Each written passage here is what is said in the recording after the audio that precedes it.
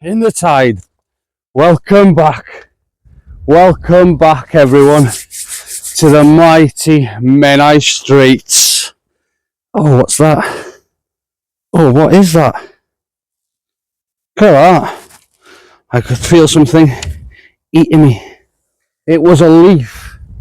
Man eaten by leaf. Welcome back to the channel. Welcome back to the channel. Welcome back to the Menai Straits, where we are targeting codling. Yep, I did say codling. And we're also targeting bullhuss.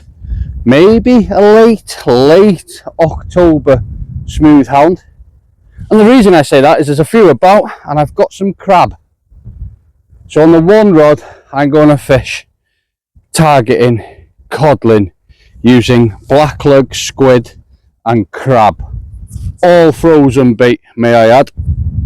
And then on my right hand rod I'm going to use whole squid and bluey, mackerel, targeting bullhuss, conger eels, dogfish,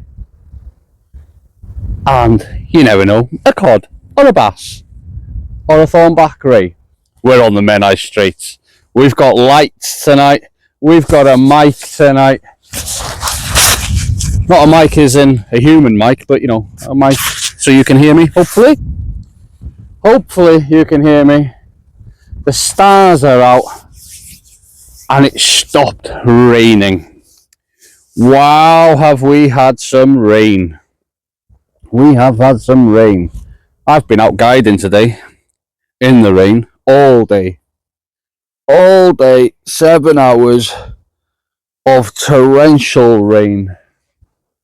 But I managed to get my client a lovely thornback ray, his first thornback ray. Then I said I was definitely, excuse me, I'm definitely not going fishing tonight.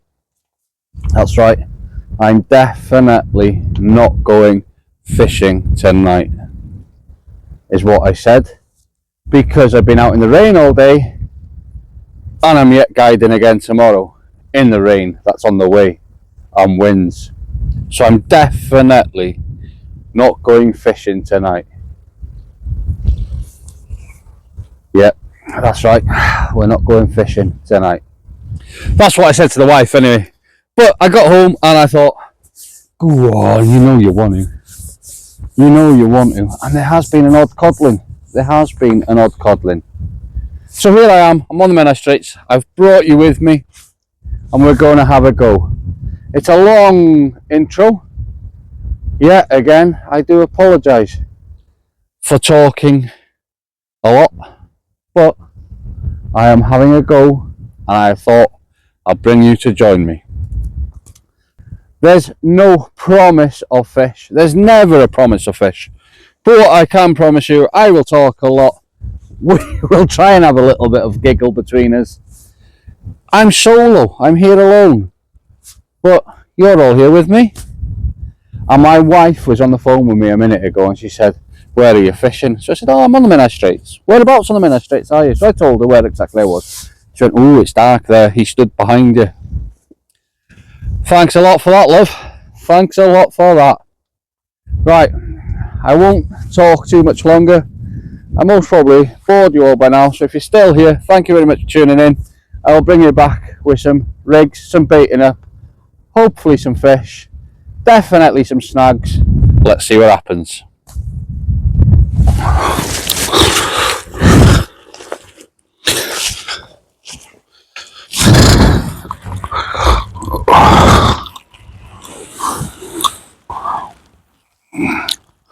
Just tighten my slack up on that. I've just put that out. So far, I'm catching, as you can most probably tell, nothing. Just put that one out. I have baited one up. I was going to bring the baiting up onto camera, but if I'm honest with you, I'm freezing cold. I am feeling it a bit. Could be a bit of tiredness. But what I'm going to have a quick chat with you about is a bait. So on that, hopefully you can see that. That's a crab bait, peeler crab bait. lovely, juicy, baited up peeler crab on a single hook. On a single hook. Now, I fish a single hook a lot. I get a lot of people say to me, you always seem to fish with a single hook. Tell me, what's that about? So I fish over a lot of snaggy ground. So I find the single hook helps me with less snags to having a pennel. Also, I find a single hook does the job. Now I do fish with pennels in certain situations, as in taupe fishing. I'm going to apologise I got my back to you. But I do enjoy fishing with a single hook. Less snags, easier to unhook fish, and I find it works. I really find it works. Now, as I may have mentioned in one of my videos before, I'm no expert. I don't preach that I'm an expert. I don't feel like I'm an expert. And I definitely feel like every day, when you're out fishing, every day is a learning day. Anybody that thinks that they're an expert is, we'll put it in a kind way, up their own behinds, shall we say. Nobody's an expert. Yes, some people are quite talented. Some people can cast further, some people can get access to bait. Now let's talk about bait. Oh, I don't know why that one stayed there. Bait. A bait is a massive key in success of fishing.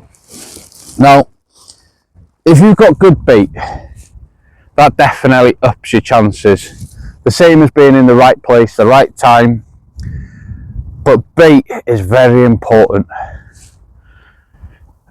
For me, in the winter, I'm quite comfortable going on the beach with some good mackerel baits. It's got to have plenty of blood in it. Fresh is best, but you know, good mackerel baits. Good razor clam baits. Sorry, I went a bit silent there. I'm just my left hand rod, I've chucked it and it should pull around with the tide, but it hasn't. Yeah, so bait's very important key. Blowlug, ragworm, all that sort of stuff. Bait is a very good important key. Now, some people will buy bait from a supermarket, a squid off the fish counter from the supermarket. Well, it's been cleaned for human can't say that word, but you know what I mean. It's been cleaned for human. I can't get that word out. Oh, you know, I think I'm mental. It's all been cleaned for eating. So all the juice and the guts and the ink and the blood and all that, it's all come out of it. The same with mackerel. I will never use mackerel from a supermarket off the fish counter. It's been bled, it's been gutted, and to me, it's a pointless bait to be using. Well, I can't get that word. I think I might have spoke a bit too much again, but I don't know. I might bring you back with a fish, but at the minute I'm blanking. I am blanking. We all blank now and again. We all blank now and again. But there's time, there's hope. If I don't freeze to death, there's hope that we might catch a fish yet. I keep moving to the side so you can see the rods too. I got a fancy new light. I was fishing with friends the other day, and you know, they'd booked a day with me to support me, and I really appreciate that. But I was fishing with Dad and Lad. They have a YouTube channel, and it's just a dad and his lad, and they enjoy their fishing, and they had some fancy lights, and I was like, ooh, I like that. Anyway, I ended up coming home with one, didn't I? So yeah, I got a fancy light, which hopefully will make things a little bit better for you moving forward. I sort of think I might have wow, I can't get my words out tonight. I think I might have my mic situation sorted. So I will do my best with that one. I will do my best with that one. To line, fish. Come on, fish. Well, you can always depend on a dogfish to save a blank. A couple of hours in now, tide's flooding, most probably getting to one of the better times, but I'm ready for home. I'm hungry, I'm cold, I got a long day tomorrow. Go on and off you go.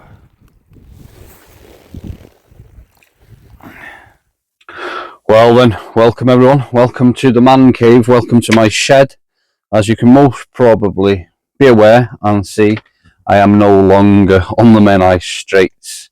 So it's going to be a little bit of a short video, but I also wanted to point out that is now Wednesday night, and I had started filming this video on Monday. After guiding, I went out after being out in the rain all day. I thought, you know what, I'll put a video together, but didn't quite go to plan. I was very tired, very cold. I got a little bit fed up. So my first question to you is, does a dogfish save a blank? Does a dogfish save a blank? Now, I don't know is my question. There was a time I'd say definitely not. But as I've got older and more of just relaxed fishing, then I feel that a dogfish is a little bit of a blank saver. So what's your thoughts? Does a dogfish save a blank? I also wanted to carry on with the video tonight just to say a massive thank you to everybody, because the channel has just amazingly hit over 4,000 subscribers. So I am really grateful to everybody. I've also wanted to point out that I've got a mic now, and I can't get the mic to work every time, but when I have noticed in my videos I turn my back to the camera quite a bit, and I do apologise, I don't mean to be rude, but the reason behind that is I'm trying to just keep things ongoing and active as the video goes along. So if you think I'm being rude, please do not think I'm rude. Yeah, so please, if you think I'm being rude, I'm definitely not rude. I just thought that it's better than looking at my ugly mug as you're doing now. So I know that you're going to get a bit bored of this part of the video, so I'm going to try and speed it up a little bit. And I thought I get asked questions all the time, and I thought, you know what, I'll use the light of the shed and I will answer a couple of questions. One I get asked all the time: what shock leader knot do you use? I get asked that question all the time. Now, to be fair, I would say 90% of my fishing, bait fishing, I use a spider hitch. And what I'm going to do quickly here now is I'm going to show you how I tie the spider hitch shock leader knot. Some of you will know this, some of you will not want to watch this part, and that's completely understandable. Completely understandable. I know not every video is going to suit everybody, but hopefully there'll be something for somebody in each video. So if you're still watching, thank you very much. So what I'm going to do is I'm going to show you my shock leader knot, the one that I use for everything. See if we can make that lighting a bit better. No, if I turn the light in, the screen seems to go a bit funny. Hopefully you'll see it clear enough. So we're going to use, in this occasion, now don't forget I'm not sponsored by anybody, it's just stuff that I've got in my shed, stuff that I use and works for me. I'm going to use the Asso, and is it the Diamond? No, Asso, yeah, it is Diamond, Asso Diamond. And this is the £25, it's yellow. I thought it'd be great to show you, easier to show on screen. And I'm going to use some old school shock leader that I got in the drawer there, red in £60. So the £25 would be on my reel. So this is my reel line. I'm trying to do this reverse psychology here now. So this is my reel line. Now this could be any line of your choice. Get your line, fold it in half to make a loop. A nice, neat, tidy loop. I'm going to do it a little bit larger than I usually do it, just so you can see. So a nice, tidy, big loop. Fold the loop back on itself to create another loop, just like that. So there's my original loop. There's the loop that I got. Then going behind my finger 3 times, 1, 2, and on the third one, so I've got that now, I'm taking what I've taken around behind my finger through the other loop, and it's always fiddly when you're on camera, because for some reason you're nervous, even though it's only you there, you're still nervous. Ugh. Come on, there we go. So that's now gone through like that. Then I'm going to pull that off dead gently, and you'll see it peel off. See how it's peeling off? Just like that. And I'm going to give it a bit of man love, which is sliver. Then I'm going to pull that down nice and tight. Pulling the tag end nice and tight. Pulling your main line nice and tight. So it's created a loop. Beautiful, strong loop. We then can cut away the tag end. Now what I like about this, it's a really strong rig, really strong knot, and I use this for all my fishing now, to be fair. Cut the tag end away, and you can cut that nice and neat, close to the eye, close to the knot, just like that. Now we're going to get our shock leader.